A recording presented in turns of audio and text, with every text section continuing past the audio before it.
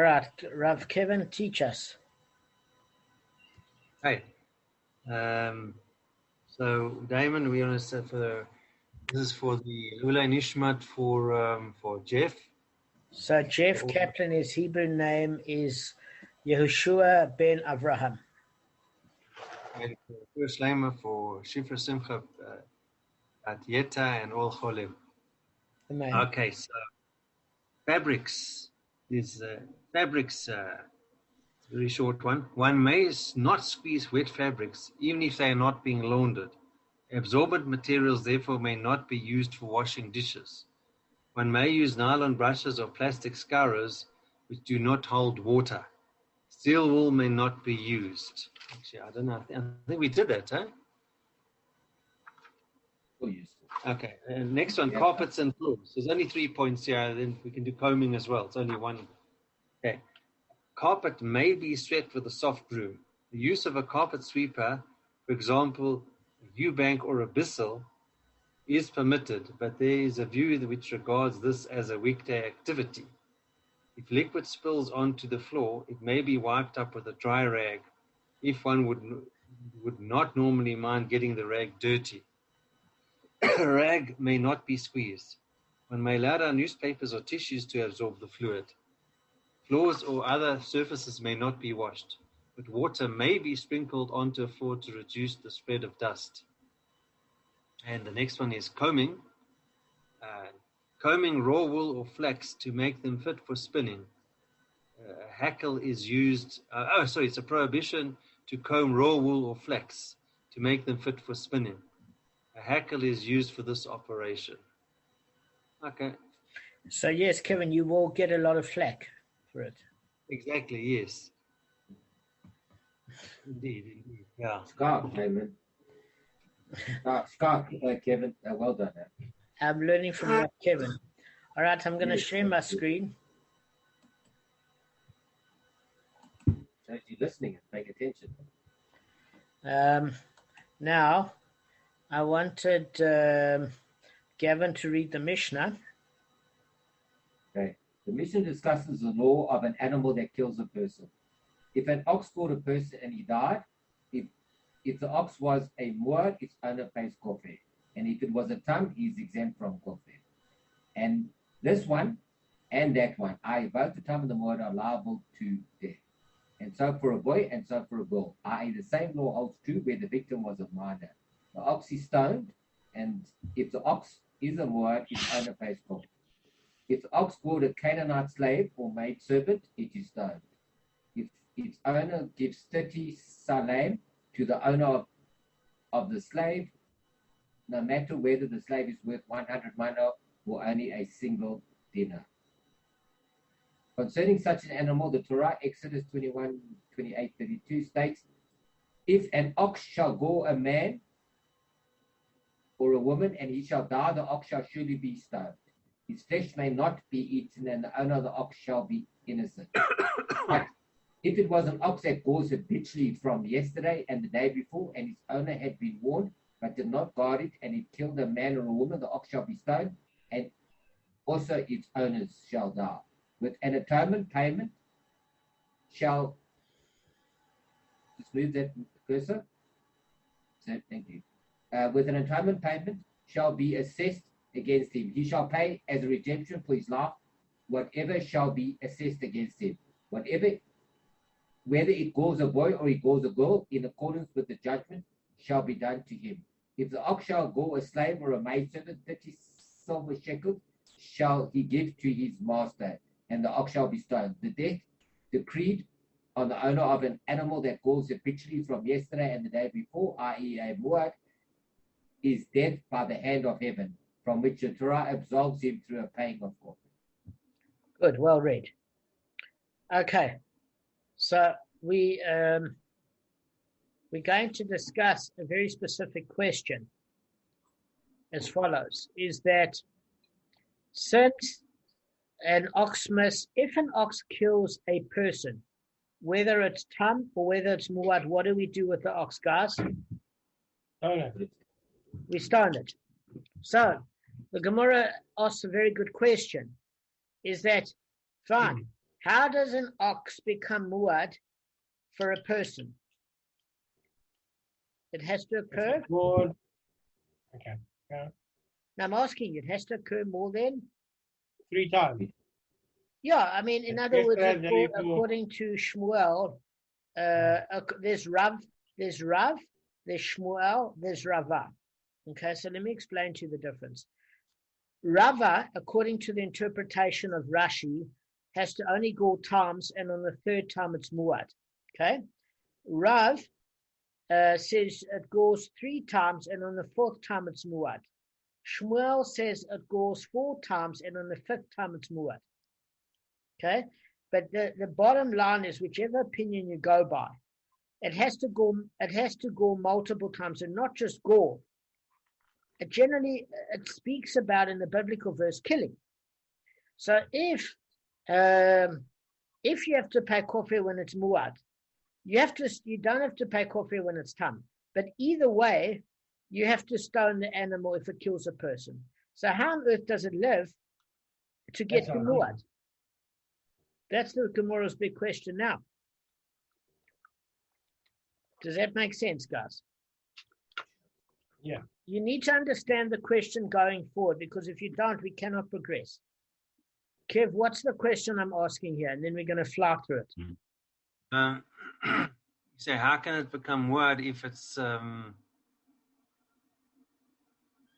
if it goes? I know I didn't. If it was All right. Do you want me to say it one more time? Because the next 5 pages. If it was stoned, or if it was if it gored more than 3 times. Okay. All right. Good. So. Okay, you go. No, Arthur, if you got the explanation with pleasure. I was going to say what they're trying to say is, if the animal gets killed, no matter if it's tam or mud, how does it get to the stage of mud if it's been killed before? You missed out an important fact, mate. But you 90% there. Kevin, we're saying, look, an ox, whether it was tam or muad, if it kills a person, we stone that ox. If that ox that kills a person becomes muad, the owner has to then pay the kofir payment. But since we stone the ox in the first occurrence of it killing a person, how does it ever become muad where the owner pays kofir? Because it won't survive more than a killing of 1 person before the ox is stoned. How would it ever survive to get to the muad stage where the owner would have to pay kofir? Because the big issue is that we learned before that just because it's muad for an animal doesn't mean it's muad for people. There was an argument with Rav Zaved and Rav Yehuda, and we discussed we discussed this, that basically if it's muad for animals, it's not muad for people for one reason. We learned on 2b. What did we learn on 2b, Arth? 2b? Why is it not? Why, if it's muad for animals, is it not muad for people?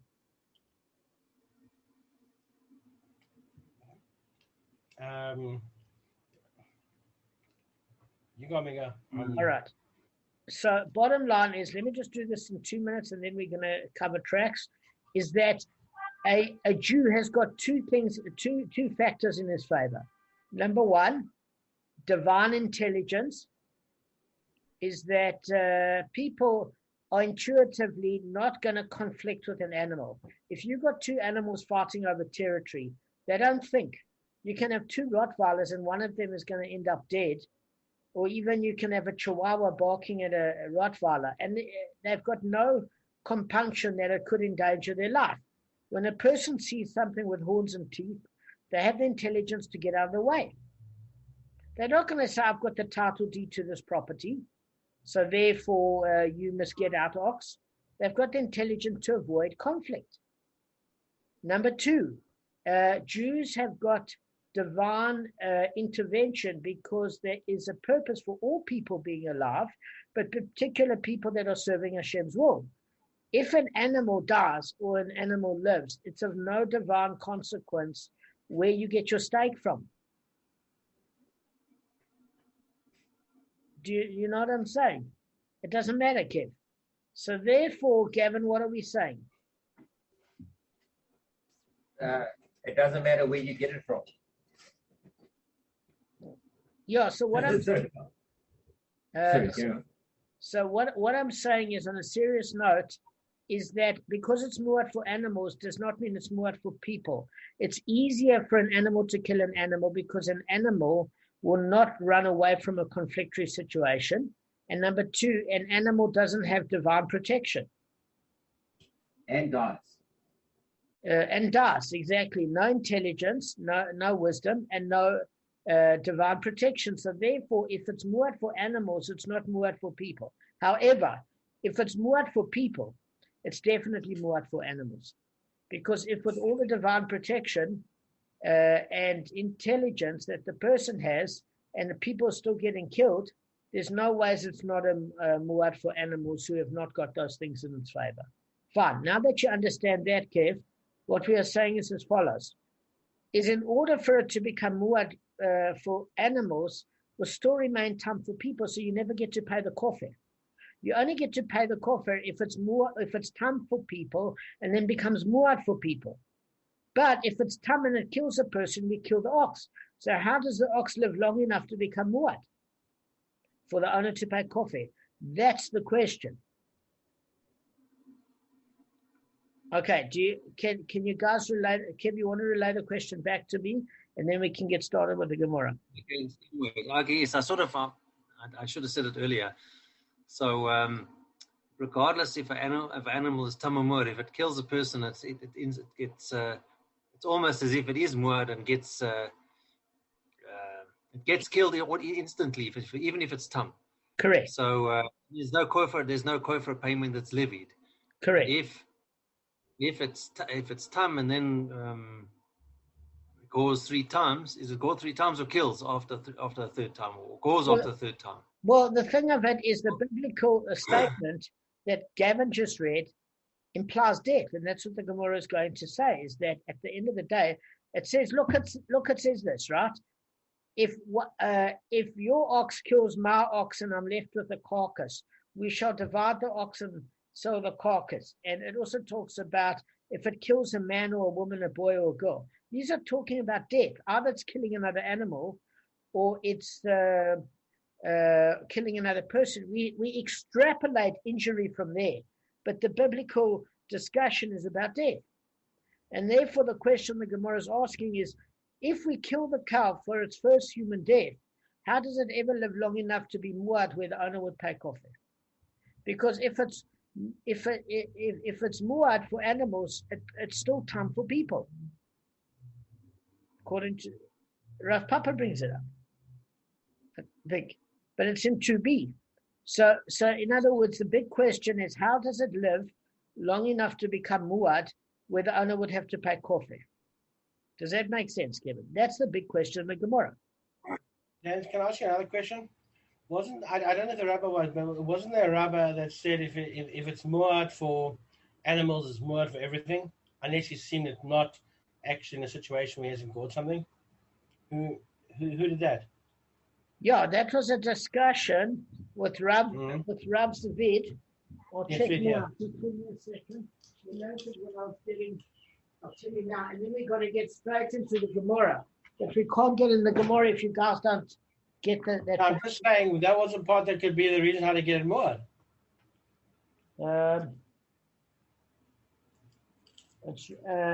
It's Rav Papa and Rav Zavid. Okay, it's in the 27th stuff. Yeah. So the thing of it is we're going according to not the easy answer, because the easy answer, there's not a question, is there? Okay. No, I'm saying easy answer, there's no question that comes up, does it? No. So he's saying, well, how does the one according to the hard answer work? How does it work? So let's answer it as long as you guys understand the question. Can we proceed? All right. Damon, yeah. If it's muad for animals and tam for a person, has it done anything to the person? Has it tried to gore the person once? Is that how does the classification work? I think that's where I'm. Okay. If it's got a person 3 times but didn't kill them, okay, does it become muad? No. How is it? Okay, so it's tam. It's muad for animals, but tam for a person. What did it do to the person? Did it do anything to the person or not? That's the... Okay, so it's a good point. It's a good point. Let me answer your question as follows, right? Is the fact of it is, let's take two different opinions here. Let's just say that it says if it gored a person 3 times and it became tam, let's say it became tam and then it became muad and it created a death. The Gemara doesn't discuss that argument because the only question would be, if it killed the first time, how would it ever survive long enough to become muad where the owner would own kofir, would have to pay kofir? Does that make sense? So if you're holding according to the opinion where we stated that, do you remember there was a discussion with Sumkos in how it reverts back to tam status? We had that whole daf in 37. I don't want to go back to that 37th daf. But basically, we're not holding about the opinion that if it's muad for animals, it's muad for people. Because then there's no question. We're saying according to the opinion that if it was muad, for people, and it could only be muad for people, how does that actually occur? Where the animal would survive long enough to cause it. Let me see if I've got a diagram. Just give me a second, guys. All right, listen, it's the 37th daf. Okay, so 37th daf. So look, there's two things. Rav Zavid, his default position is if it's muad for one, it's muad for all, species and situations. Unless it's known as a fact and been observed that it's tam in another case. So if it's tam for people, it would have to be known, but it's muad for adult oxen, etc. So Rav Papa says no. If an ox is muad for one species, it's not automatically assumed to be muad for other species. So in other words, Rav Zavid is talking about a behavioral observation. So he said if it's muad for one, it's muad for all, unless you've observed to the contrary. Okay? So this isn't holding according to Rav Zavid. Why? Because Rav Zavid said that if it's muad for animals, it's muad for people. So we can understand if it killed 2 animals, he was saying by the time it comes to the third person, it's already muad. Does that the first person, 2 animals plus the first person. Correct. But that's exactly it. Sorry, thanks for correcting me. If we've done 2 animals in one person, it's still considered the third incident. Thanks for correcting me. Which means this is not going according to Rav Zavid. This question is going to Rav Papa, because if an ox is muad for one species or one situation, it's not automatically assumed to be other types. And this is the halacha. He rules that this is the halacha. Does that make sense, guys? So this would obviously be going according to Rav Papa. So the Gemara said, fine. So you want to make it in the case of a human. So obviously, if you're looking at it literally biblically, it's talking about death biblically in this chapter of Exodus. It's not talking about injury. We extrapolate what we do with injury because of this. But as far as the Torah is concerned, in Shemot chapter 21, verse 28 to 32, it's talking about death.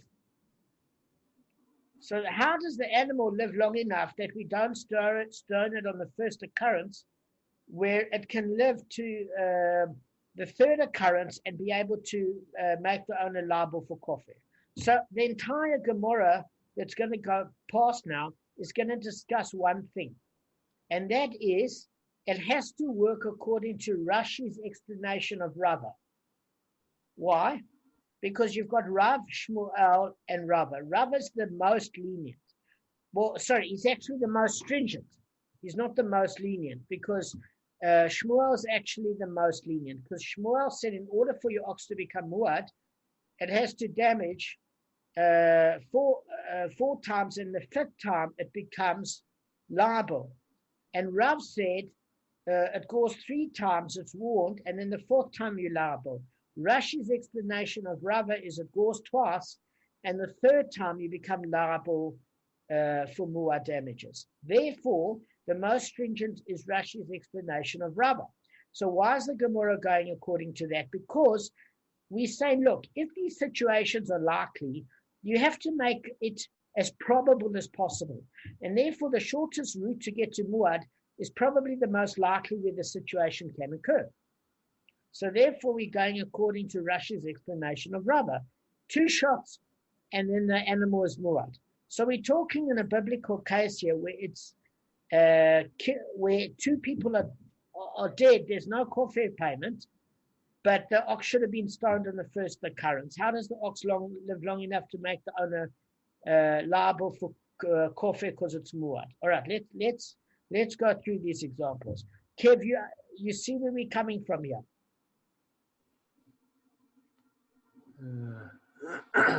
In a way, yeah, sort of. Gav, want to have one last shot before I hit the Gemara? I know what's going on. You want me to explain it to Kevin? Because, maybe I'm not explaining it clearly. So you're talking about if it kills twice, if it kills the second time, then it's going to be muad only. So it can kill twice, then only it's classified as muad. Okay, so what I'm going to do is I'm going to share my screen. Damon was talking about 3 different scenarios. You got Shmuel who says that it has to if it goes 4 times, then on the 5th time it's muad. That's Shmuel. Yeah. And then Rava, and Rava, what's the difference? One says that it has to go 3 times, and on the 4th time, Rav. 3 times, on the 4th time it's muad, and then Rava says it has to go 2 times, on the 3rd time it's muad. Yeah. It's just 3 different opinions. It's all the same logic. Correct.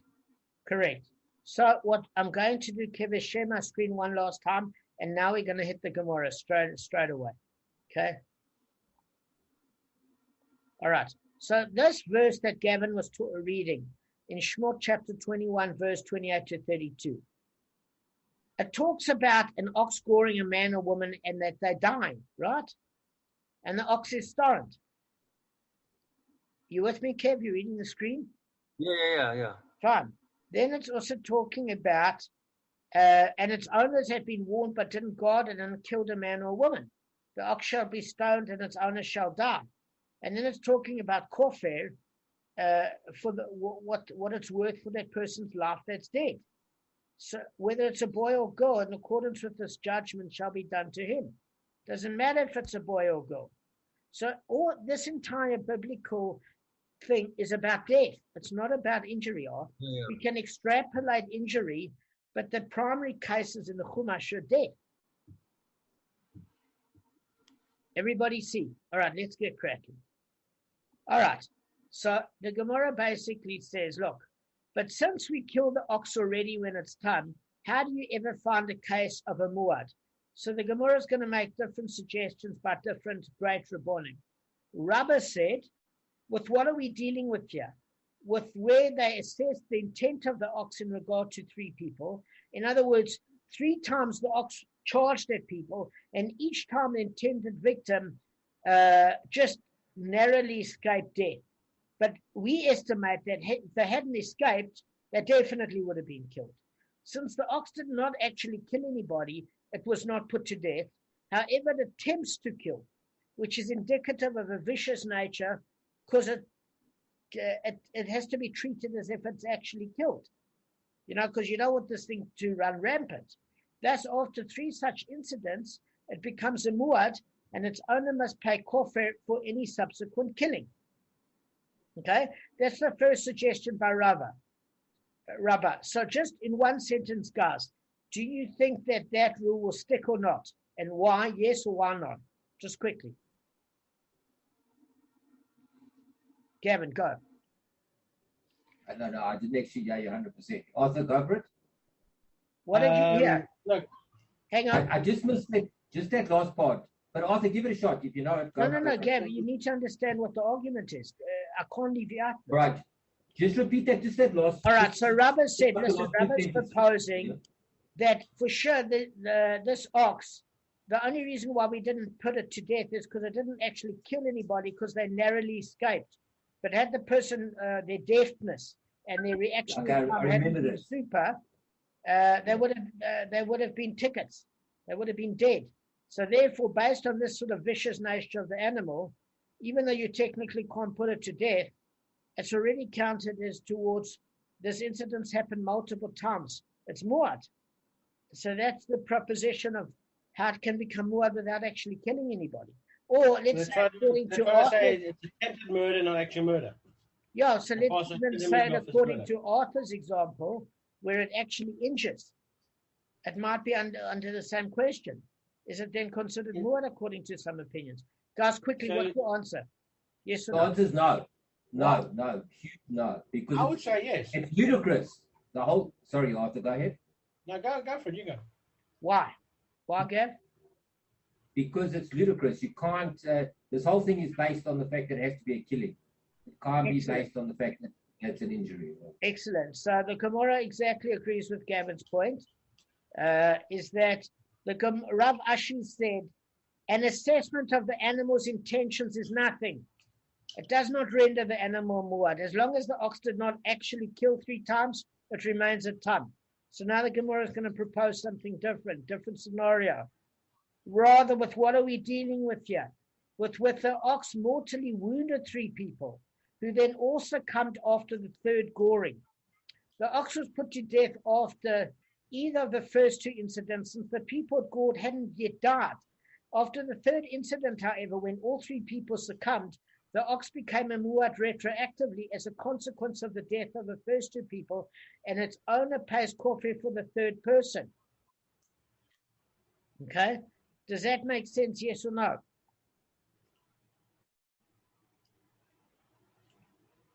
Yes. See, the problem there, yeah, it kind of does, but the problem is that where's the warning there to the owner? That's the problem. Okay, so the warning occurred because we're going according, I'm coming now, Kev, we're going according to Rashi's explanation of Rabbah. So the warning occurs when the 2 are lingering in a coma, because the warning can still occur at that point, but you can't actually charge kofir until the 3rd person has died. But the warning can occur because we found that you can warn somebody when the animal for injury, but then you're not liable for the kofir. So the question is, even if it's muad for injury, and the 3rd time, if it injures twice and it kills the 3rd time, which you have to pay the kofir in that case. So we're saying it seems like you're not, unless all 3 obviously died. And how would you not have put the animal to death? The question is saying, how did the animal slip back and not be put to death after the 1st incident? Because the first 2 didn't die. It was only when the 3rd one died and the first 2 died that retroactively we have to kill the animal and make sure that there is kofir payment for the last victim. So that does make sense as a proposal. Next one. Another circumstance in which an ox can become a muad. Rav Savid said, a case is possible where the ox killed 3 animals. Although it is not put to death for these incidents, they demonstrated that it possesses a killing nature and thus becomes a muad in regard to killing people as well. So we just learned that in the 37th daf, Rav Savid says, unless an animal you see a difference of behavior, if it's muad for animals, it's muad for people. So if it's killed 3 animals, or 2 animals in the 3rd one and it kills a person, it's already deemed warned and muad. So the Gemara refutes the answer because it said, but is a muad in regard to killing animals considered a muad in regard to killing people? Certainly not. And where does it base its answer from? Rav Papa in the 2nd daf, as well as Rashi, etc. That you can't equate the 2, as Rav Papa said, is that basically Jewish people have got divine protection, and all people have got das, actually, have got wisdom to be able to discern it. They're not going to get into a conflict with an animal just for territory. So most people don't hold it with that opinion as Rav Zavid. So the Gemara then offers a different example. Rav Shimi said, a case may be found where the ox killed 3 idolaters for which it is not put to death. Okay? So the reason why the Gemara objects to this answer is it said, but is a muad in regard to killing idolaters considered muad in regard to killing Jews? No, it is not. So I need to actually explain to you what this actually means, because before a person turns around and says why people are entitled to their beliefs, why is it okay to kill an idol worshiper? Let me just clear one thing up. Okay, this will clear it up. A Jewish court, if somebody, how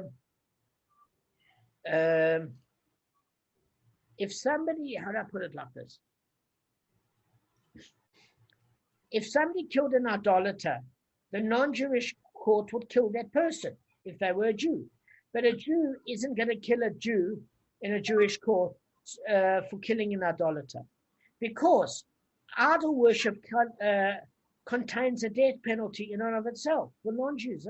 Also, it's part of the 7 Noahide laws. So we're not going to kill a Jew who killed an idolater.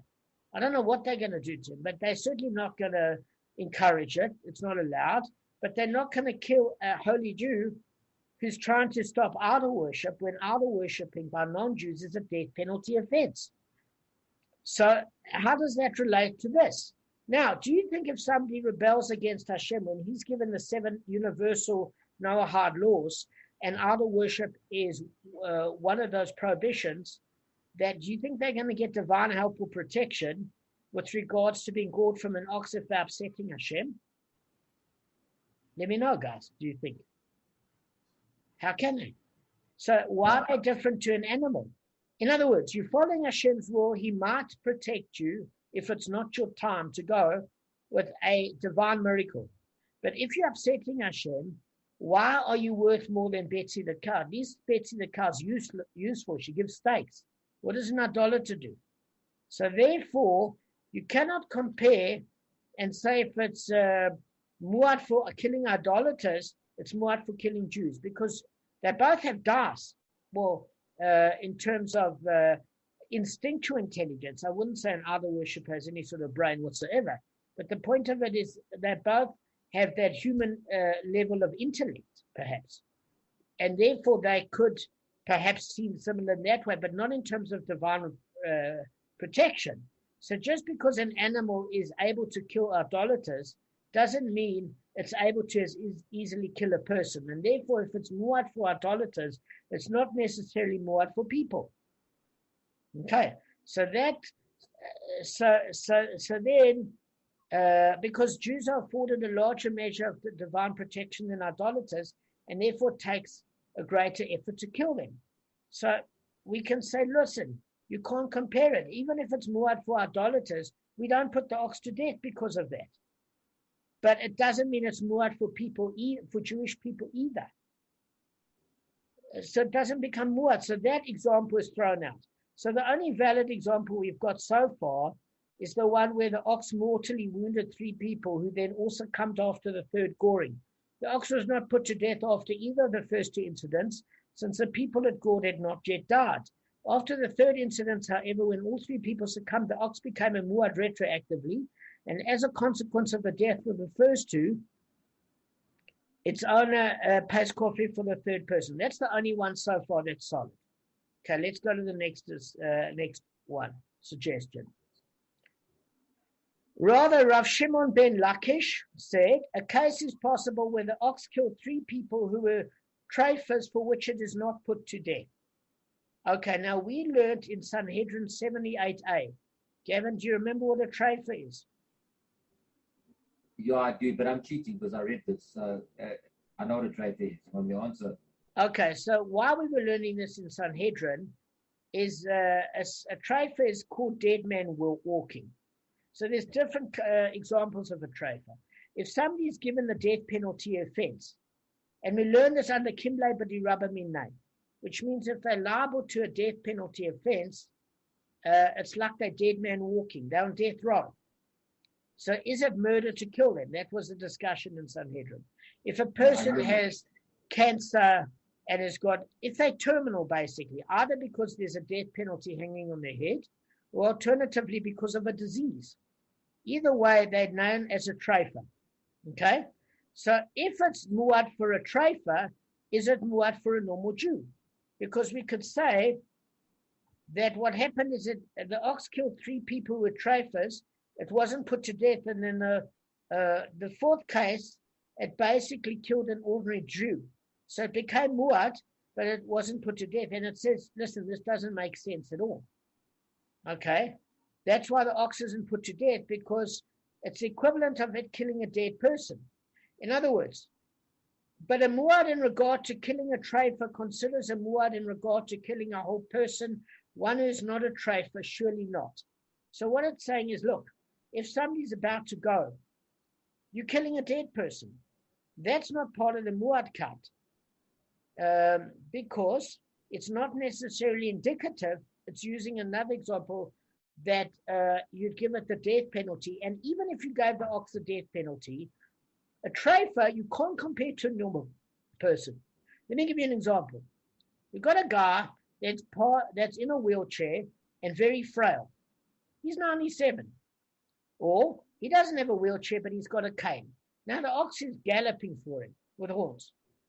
What's the statistical probability that he's going to outrun the ox before it gores him? Nothing. 0. Now you take a runner like Kevin, healthy lad, and you put him against that ox. I give Kevin a fairly high shot he'll get out of harm's way.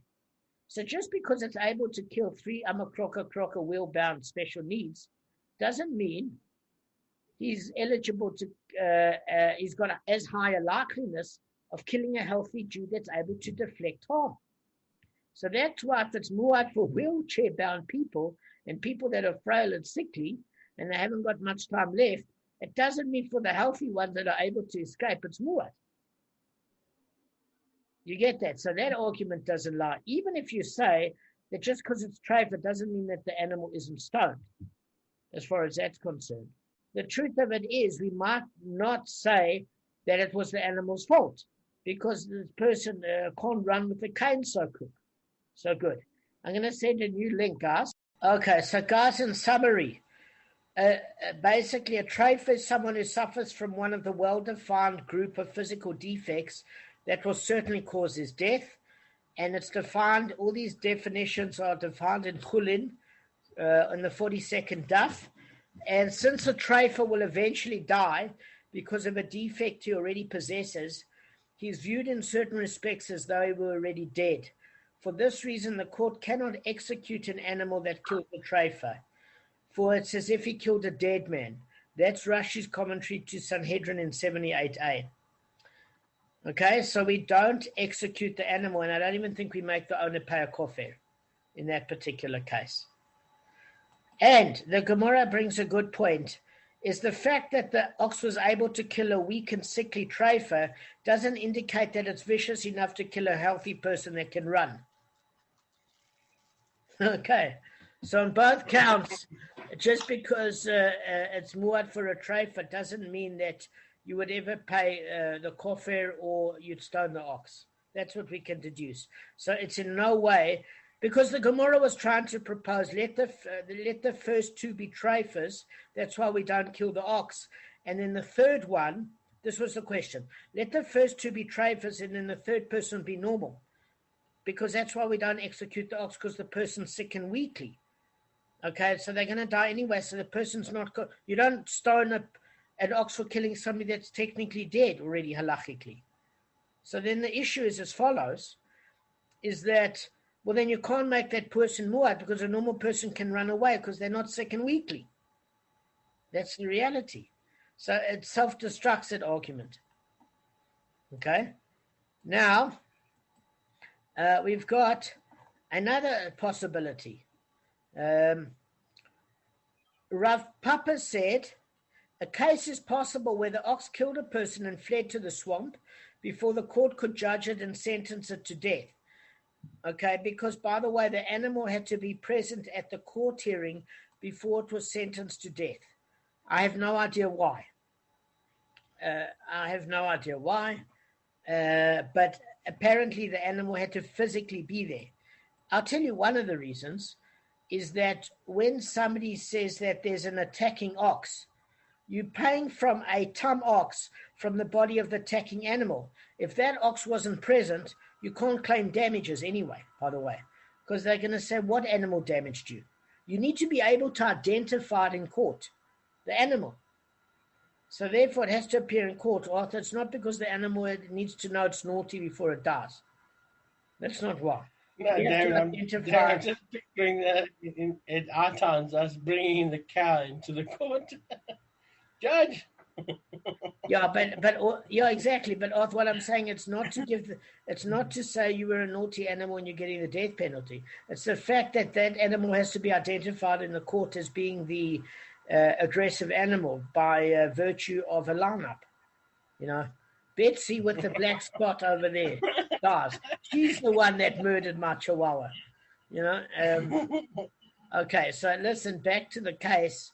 So rather, Rav Papa said a case is possible where the ox killed a person and fled to the swamp before the court could judge it and sentence it to death. And then after the owner recaptured it, but before the court took it into custody for judgment, it killed again and fled to the swamp. This is one clever ox. Hence, the ox was not executed for these first two incidents that established it as a muad, but if the owner again recaptures it, he must pay kofeh for any subsequent killings. Okay. So that is plausible, by the way. That is plausible. Another possible circumstance, Rav Acha, the son of Rav Ika, said, a case may be found where discredited witness who had been discredited through Hazama had testified regarding the goring incidents, were themselves discredited through Hazama. As long as these discrediting witnesses were not proven false, the testimony of the original witnesses was not accepted by the court, and the ox was therefore not executed. When the discrediting witnesses were themselves discredited, it was retroactively revealed that the testimony of the original witnesses was in fact true. Hence, the ox is established as a muad as a result of the first two gorings, and an owner must pay kofeh for the third goring. Can I give this to you in simple English, guys? What does a witness gonna mean? Okay, so hazama is the process by which witnesses are proven false through the testimony of a second pair of witnesses who state that the first pair couldn't have possibly witnessed what they claim because the second set said they were with us at Spur having burgers and chips. So they were with us in Johannesburg. So they couldn't have been in Cape Town watching the homicide. In other words, they're saying they were in a different place in a different time. They either say, so what we are saying is there's conspiring witnesses. Now, what we do with Adim Zumamim, false witnesses, is what they intended to do to their victim, we do to them. Okay? Mate? Off? Okay. I've got a stiff neck. I'm just clicking it. Jews are a stiff-necked people. Welcome to it. Well done, Kevin. So, Arth, what I was going to say is as follows. Hazama is the process of discrediting false witnesses. So all I was saying is if two people come and testify, Shimon and Levi testify against Ruvain, that they witnessed him raping somebody or murdering or whatever, and you have Abe and Soli, and they said Shimon and Levi couldn't have witnessed Ruvain doing the murder because they went to Sun City for the weekend to gamble, and they've got till slips and they've got pictures of them on WhatsApp. They're discredited as witnesses. Now with Shimon and Levi, what they plan to do to Ruvain gets done to them. No, they don't get raped, but something happens to Abe and Soli weren't fucked. Hey, Damon. Yeah. Abe and Soli. We don't want to get sued by a billionaire. Just we're careful. So basically what we're saying is here, let's just keep the case simple. You've got a first set of witnesses that said this ox gored this Jew and killed him. Okay? And a second pair of witnesses that said there was the same ox and it killed somebody else. Okay? And then there was a third pair of witnesses, I'm just keeping this simple, that said, no, these first two sets of witnesses never witnessed either murder. Why didn't they witness either murder? Because they were with us away for the weekend in Cape Town. So your first set of witnesses and your second set of witnesses are conspiring against this defendant to try and get him to pay kofar because of these two Jews that died. Yes, these two Jews died, but these Jews died not because it's his ox killed them. We didn't witness which ox killed these Jews. So in other words, the third pair of witnesses testifies that the first set and the second set were with them, and they couldn't have witnessed it. They're conspiring witnesses. Fine. So then we cannot sentence the ox to death, okay, and make the, why? Because it can't be proven. It was proven that these witnesses were false. So their testimony is rejected from the court. Okay. Then it becomes a bit more complicated. Okay, I tell you where it becomes more complicated. Is because the ox now kills again. But now that the ox kills again, we're able to kill the ox because it killed a Jew, because now we've got proper witnesses. Okay? But we're not able, how's it, Danny? We're not able to make sure that the owner pays kofar. We're not able to make sure the owner pays kofar because there was only one court validation of one death of ox to a Jew. So therefore, the person does pay, and his ox is stoned, etc. But we're saying, what happens if Rav Papa's saying, hang on, we're saying, what happens if the case gets a little bit, Rav Acha, the son of Rav Ika, says, what if it gets more complicated? What if there's a third set of witnesses?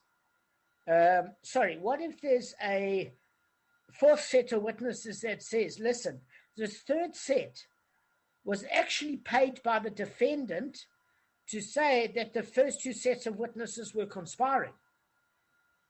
Now, all of a sudden, that ox was not put to death, but it's the third time it killed somebody, and yet the ox was not put to death. And in that circumstance, he pays kofar, because you don't pay kofar for tam. That's the bottom line. You only pay kofar for muad. So this is a circumstance in which you'd pay kofar where the ox could live long enough to become muad. Does that make sense, guys? Okay. Any questions on this? The circumstance are you talking about with a Adim Zimmerman, with a why they brought the potential case, why they were prepared to give testimony, because it possibly would have happened. It did happen. Okay, no. So let's simplify it even further. Arth, can I please have your attention for a minute, Bate? Please. In fact, Arthur, give the case over.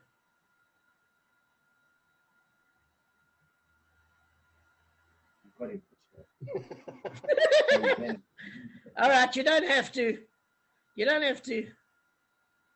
All right, guys. All right, I get the hint. Listen, Arthur's the only one that he doesn't have to pay attention and is super sharp still. So, yeah. All right, so let me the other one, I thought Kevin as well. I know me, but I thought Kevin was So let me put it like this. Kevin, there are two witnesses that are genuine that the court threw out, okay? There's two sets of witnesses. Both of them in reality saw this Jew's ox killing another Jew. Now, if those witnesses are valid, we stone the ox, even though it's tam, and it never lives long enough to get to be muad where the owner would have to pay the kofar. But here what happened was, when these two sets of witnesses came, the third set came and said, these first two sets of witnesses were with us having a weekend away at Sun City. So they're conspiring witnesses. Okay? But in essence, they were real witnesses. The third set of witnesses are actually the conspiring witnesses because they were paid by the defendant.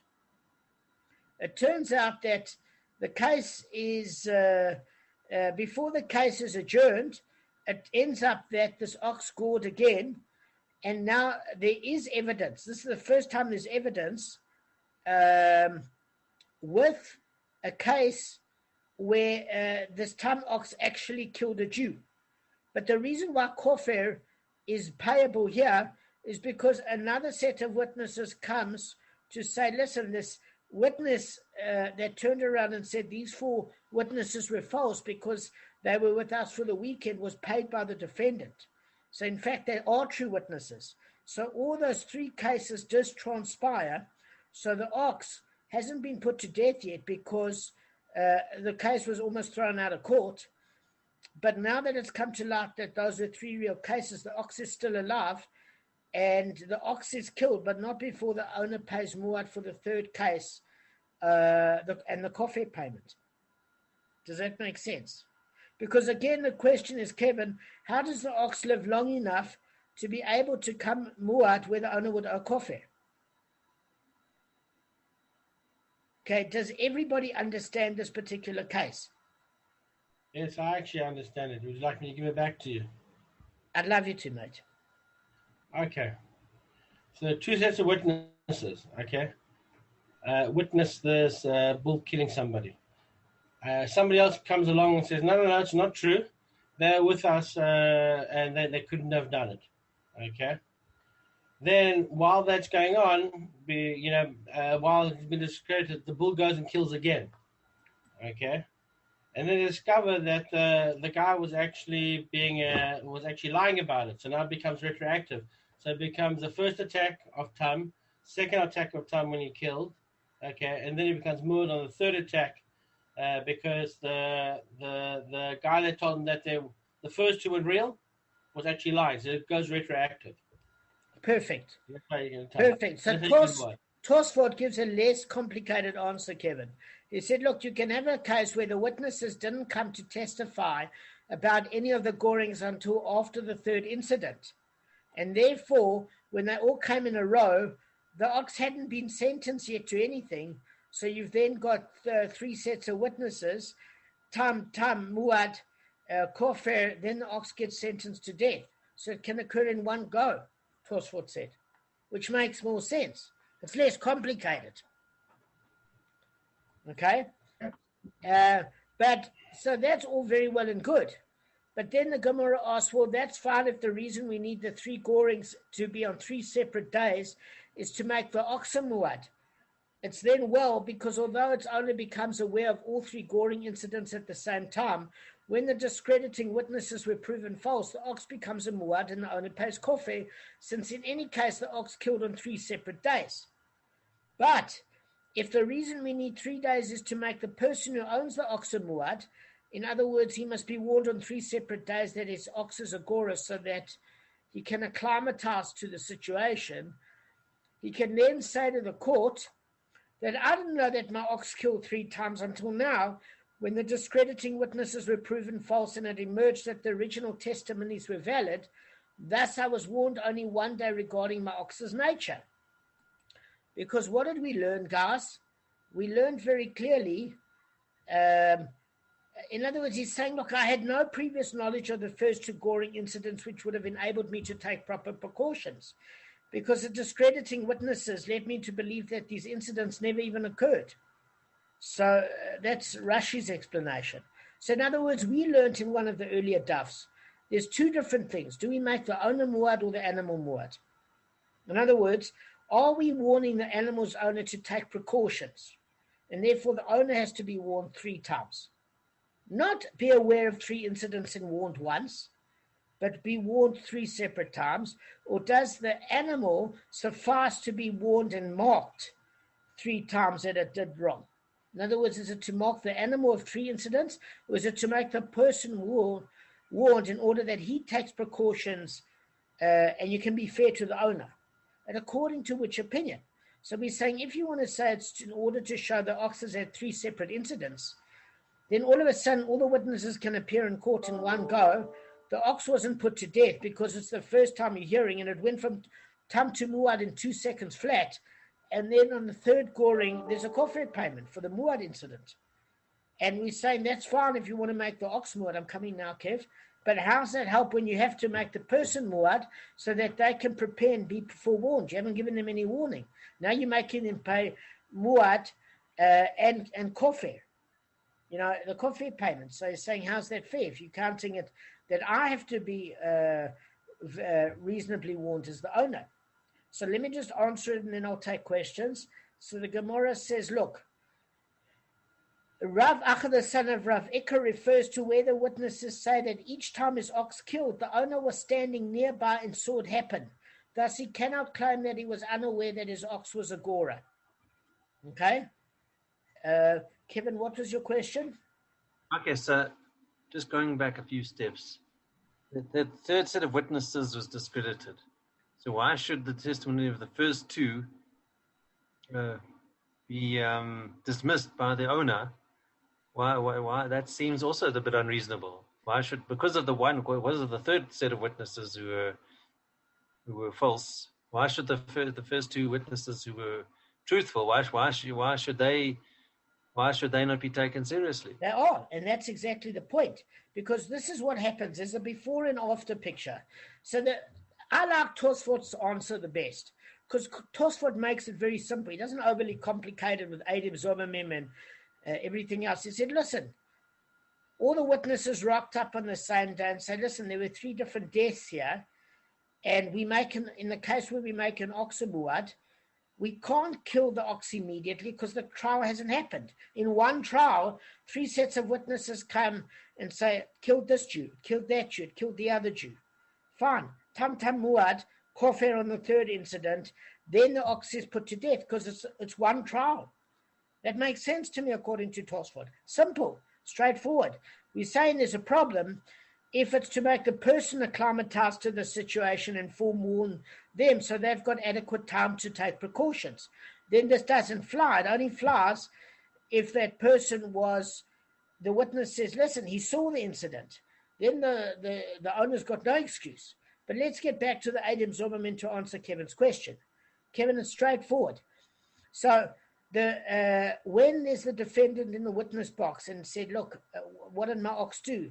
And there was a first set of witnesses and the second, and they came and said, your ox killed this Jew, your ox killed that Jew, and it's written as valid testimony. Suddenly there's a third set of witnesses that says, no, these first 2 sets of witnesses were with us in holiday in Sun City. So then the court disregards them as false witnesses. And then while the trial is coming on, there's a scurry in the courtroom and somebody says, hang on, there's another set of witnesses. And that other set of witnesses said, it's impossible that this third set of witnesses said they were all with him in Sun City because he was at a business meeting with me in Johannesburg and Braamfontein. So then the third set of witnesses is known to be false, not the first 2. So they reinstate the statements of the first 2 sets of witnesses, which means the ox hasn't been put to death yet. It's a valid count yet because the trial isn't finished.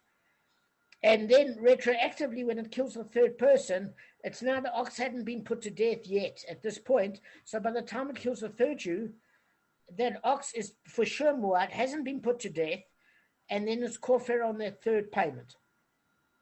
But Tosfot's answer is a very simple way around it. Very simple. All right, one last incident.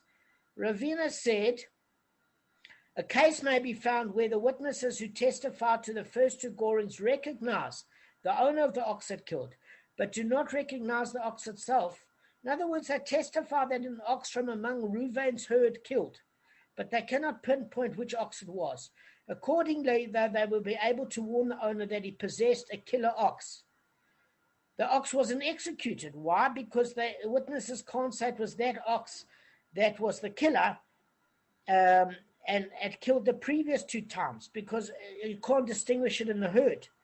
So the Gemara asked, but how can the owner be obligated to pay kofir in such a case? What could he have done to guard the animal's identity of which he was unaware? So the Gemara answers he's responsible in this case because the witnesses say to him, you have an goring ox among your cattle. You must watch all your cattle.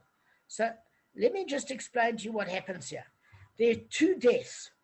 And people know Reuven's farm. There's 2 deaths around Reuven's farm, and they're not cattle for miles. But obviously, they can't pinpoint which cattle it is. So they say that Reuven, as the owner, was warned twice. But we cannot put an animal to death we cannot identify as being the culprit. We can't put Reuven's whole herd to death. So by the time there was a third incident where this time they witnessed which ox it is assumed to be the same ox, and it's put to death, and Reuven owes Kofer then for that third ox that's muad. But we never killed the ox, and it got to the muad state because it became enmeshed within the herd. They couldn't identify it. Does that make sense, guys? Yep. Okay, so I'm gonna just share. I'm just gonna share my screen quickly. Okay, just give me 1 sec, guys. I'm gonna just share it in summary.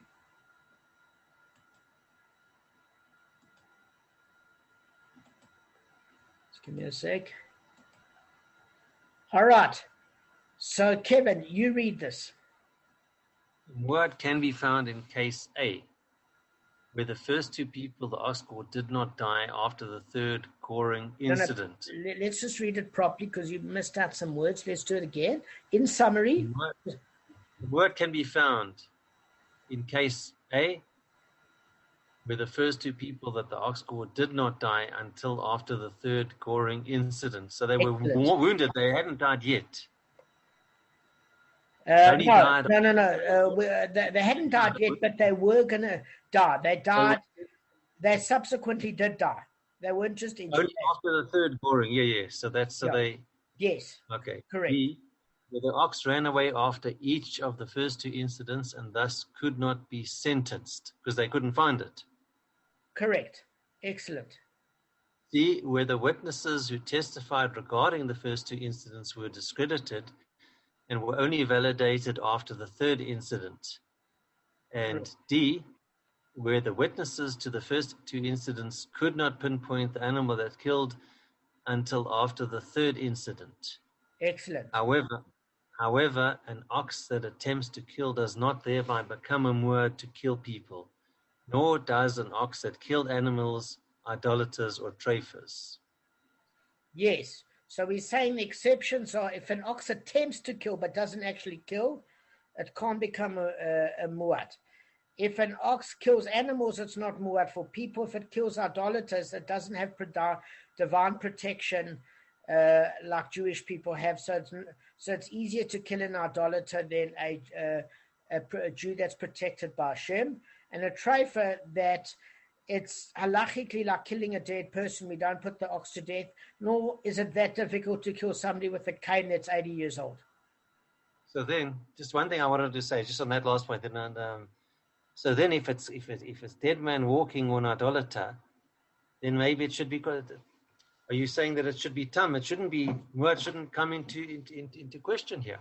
No, that's not the issue. The issue is we can't put the animal to death in all these circumstances. If we can't put the animal to death in its tam state, it will live long enough to become muad where the owner has to pay kofir. That's the bottom line. In other words, it's not that it becomes tam that it's a problem. It's that it lives long enough to become muad where the owner would then owe kofir. So we're saying, how does it live long enough that it actually got away with becoming muad where the owner now owes kofir? It wasn't that common that an owner paid kofir because after the ox was found to kill a person, we killed it. So how did it get slipped through the cracks to be able to live long enough to become muad so that the owner was obligated to pay kofir? Does that make sense? So we're saying, look, it certainly cannot become muad if it kills other animals. That's a given. It seems to be that if it kills somebody that's a treifer that's halachically considered dead, or that person is very feeble and weak, that's not an indication that it's skilled enough to kill somebody that's healthy. And idolaters, although they have intelligence, don't have divine protection, like Jews. So just because it can easily kill people that Hashem hates and Hashem won't protect doesn't mean it's as easy to kill a Jew that Hashem loves. So therefore, that doesn't render it muad. So that's what it's saying as far as that's concerned. The first incidents with the first 4 points are incidents where how did the animal escape the death penalty when for the first 2 incidents of being tum, it killed a person? How did it slip through the cracks? And the one is that obviously that we didn't put the animal to death because the 3 people technically died at the same time. We only paid for kufr in the third. The first 2 were lingering in death, but we can't put the animal to death until a person dies. You see, the rules here are the same as if you'd kill a person. You can't stone a person if the victim is in a coma. Only when the person dies does the person eligible for the death penalty. The same when you slaughter when you stone an ox. You cannot stone an ox for injuring somebody until that person dies. So if the third one died immediately, but then the first and the second died in a coma, then the court says, hang on a second. This is, even though they died first, it's actually the third incident. You're paying kofir. And whichever order it happened, you're paying kofir. It had 3 deaths. And then the animal's going to be killed anyway, but not before this guy pays kofir. So that's how the first incident got away with it. In summary, the second one, the ox kept running away after the 2 incidents. They couldn't be identified in the court, and therefore it couldn't be sentenced. The third incident is when all the witnesses, apart from Adim Zomamim, where their testimony was reinstated because the third witness accusing the first 2 witnesses of being false actually ended up being the false witness, and the first 2 testimonies were reinstated. You can say what Tosfot said is that all 3 witnesses arrived in the court at the same time and talked about the 3 deaths. And then if you're saying that the animal is muad, not the person, then quite simply that the animal wasn't given the death penalty yet because it went from no cases to 3 deaths. And then, of course, the animal is destroyed and then the owner pays kofir for the third incident. And where you want to say that the person has to be forewarned in order to take precautions, we're saying here the witnesses said that the owner saw the incident, so they can't get out of it. Okay? And then the last way is that the animal survives being tum long enough to be a muad is because it was immersed in the pack. They knew that it was one of Reuben's animals. They couldn't identify it. After the third incident, they said, look, they could only identify the third person he killed because then the ox was identifiable. They saw it, which ox it was. They didn't see 2 dead bodies with horns in it. Then they said it must have been the same ox. So it pays kofir on the third incident, but now we know which ox it is, so it gets death. It escaped death when it merged within the herd. So that's how it can happen. So that's the summary, guys, we've done. Good summary. Thank you. All right, guys, I hope it made sense. I'll tell you where we reached to. We went from, we did 41a1, 41a2, 41a3, and 41a4. I wanted to do obviously a little bit more, but maybe the issues were a little bit difficult.